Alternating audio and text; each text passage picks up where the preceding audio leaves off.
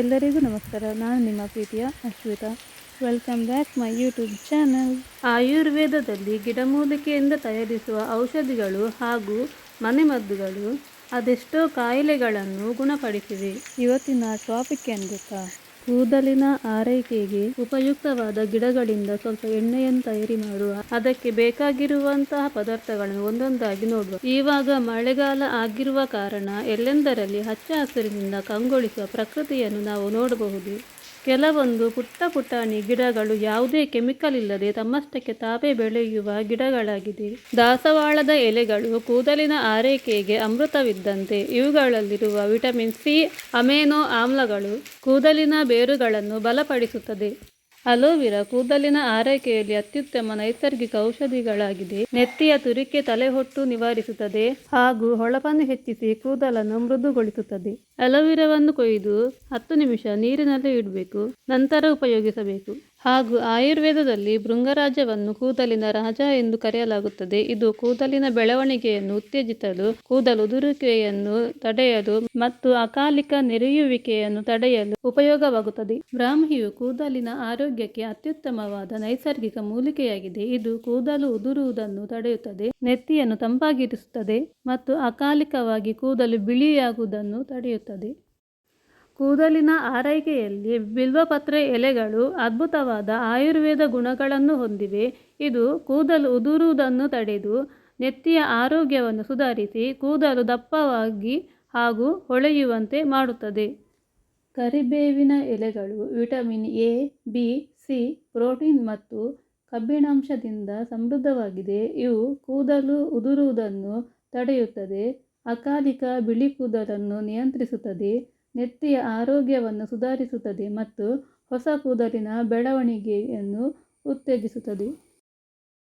ಆಯುರ್ವೇದದಲ್ಲಿ ಶಂಖಪುಷ್ಪ ಗಿಡಕ್ಕೆ ವಿಶೇಷವಾದ ಸ್ಥಾನವಿದೆ. ಇದರ ಎಲೆಗಳು ಮತ್ತು ಹೂವುಗಳು ಕೂದಲಿನ ಆರೋಗ್ಯವನ್ನು ಸುಧಾರಿಸಲು ನೈಸರ್ಗಿಕ ಔಷಧಿಯಾಗಿ ಕೆಲಸ ಮಾಡುತ್ತವೆ. ಕೂದಲು ಉದುರುವುದನ್ನು ತಡೆಯುವುದು, ತಲೆಹೊಟ್ಟು ನಿವಾರಿಸುವುದು ಮತ್ತು ಕೂದಲಿನ ಬೆಳವಣಿಗೆಯನ್ನು ಉತ್ತೇಜಿಸುವುದು ಇದರ ಮುಖ್ಯ ಪ್ರಯೋಜನವಾಗಿದೆ. ಕೂದಲಿನ ಆರೈಕೆಯಲ್ಲಿ ಮೆಹಂದಿ ಎಲೆಗಳು ನೈಸರ್ಗಿಕ ಔಷಧಿಯಂತೆ ಕೆಲಸ ಮಾಡುತ್ತದೆ. ಇದು ಕೂದಲನ್ನು ನೈಸರ್ಗಿಕವಾಗಿ ಕಪ್ಪಾಗಿಸಲು, ಹೊಳಪು ಹೆಚ್ಚಿಸಲು ಮತ್ತು ಬೇರುಗಳನ್ನು ಬಲಪಡಿಸಲು ಅತ್ಯುತ್ತಮವಾಗಿದೆ.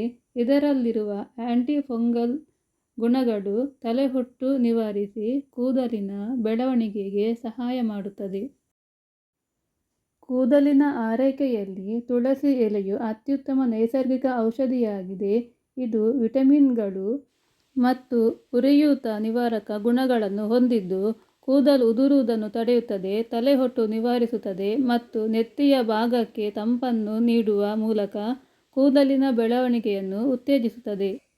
ಕೂದಲಿನ ಆರೈಕೆಯಲ್ಲಿ ಮೆಂತೆಕಾಳುಗಳು ಅತ್ಯಂತ ಪರಿಣಾಮಕಾರಿ ನೈಸರ್ಗಿಕ ಮನೆಮದ್ದಾಗಿದೆ. ಇವುಗಳಲ್ಲಿರುವ ಪ್ರೋಟೀನ್ ಮತ್ತು ನಿಕೋಟಿನಿಕ್ ಆಮ್ಲವು ಕೂದಲು ಉದುರುವುದನ್ನು ತಡೆಯಲು ಮತ್ತು ಕೂದಲಿನ ಬೆಳವಣಿಗೆಯನ್ನು ಉತ್ತೇಜಿಸಲು ಸಹಾಯ ಮಾಡುತ್ತದೆ.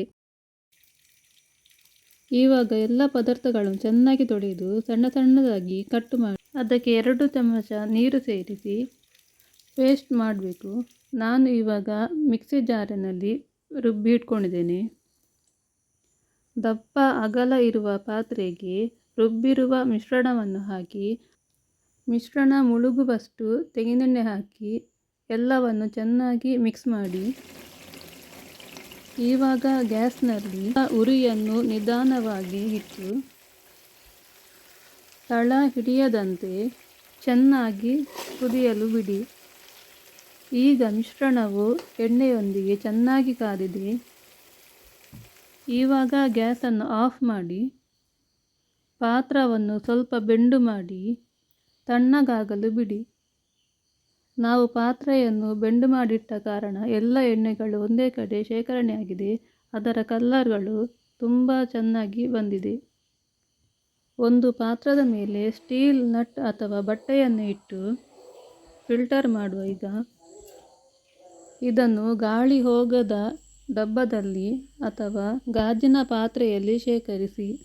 ಈ ಎಣ್ಣೆಯನ್ನು ಉಪಯೋಗಿಸುವ ಮೊದಲು ತವದ ಮೇಲೆ ತಟ್ಟೆಯನ್ನಿಟ್ಟು ಅದಕ್ಕೆ 1 ಚಮಚ ನಾವು ತಯಾರಿಸಿದ ಎಣ್ಣೆಗೆ 1 ಚಮಚ ಹರಳೆಣ್ಣೆ ಅಥವಾ ನೀವು ಉಪಯೋಗಿಸುವ ಎಣ್ಣೆಯನ್ನು ಸೇರಿಸಿ ಉಗುರು ಬೆಚ್ಚಗೆ ಮಾಡಿ.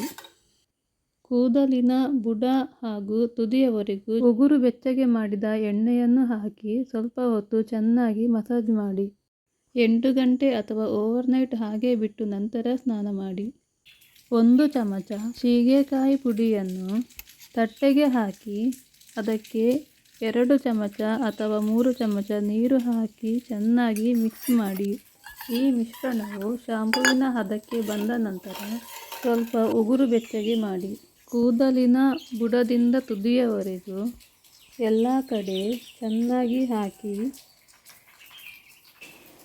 ಇವಾಗ ಬಹಳ ನಿಧಾನವಾಗಿ ಎಲ್ಲ ಕೂದಲನ್ನು ಒಟ್ಟು ಸೇರಿಸಿ ಒಂದು ಗಂಟು ಹಾಕಿ 20 ನಿಮಿಷದ ನಂತರ ಸ್ನಾನ ಮಾಡಿ. ಹೆಚ್ಚಾಗಿ ಕೆಮಿಕಲ್ ಇಲ್ಲದ ಶಾಂಪೂವನ್ನು ಬಳಸಿ. ಸ್ನಾನ ಆದ ನಂತರ ಮೃದುವಾದ ಕಾಟನ್ ಬಟ್ಟೆಯಿಂದ ಕೂದಲನ್ನು ಚೆನ್ನಾಗಿ ಒರೆಸಿ. ಯಾವುದೇ ಕಾರಣಕ್ಕೂ ಒದ್ದೆ ಕೂದಲಿಗೆ ಬಾಚಣಿಕೆಯನ್ನು ಹಾಕಬೇಡಿ. ಇದಾಗಿತ್ತು ನನ್ನ ಇವತ್ತಿನ ಕೂದಲಿನ ಆರೈಕೆಯ ಕೆಲವೊಂದು ಮಾಹಿತಿಗಳು. ಈ ವಿಡಿಯೋ ನಿಮಗೆ ಇಷ್ಟವಾಗಿದ್ದರೆ ಲೈಕ್, ಶೇರ್, ಕಮೆಂಟ್ ಮಾಡಿ. ಶುಭ ದಿನಗಳೊಂದಿಗೆ ಅಶ್ವಿತಾ.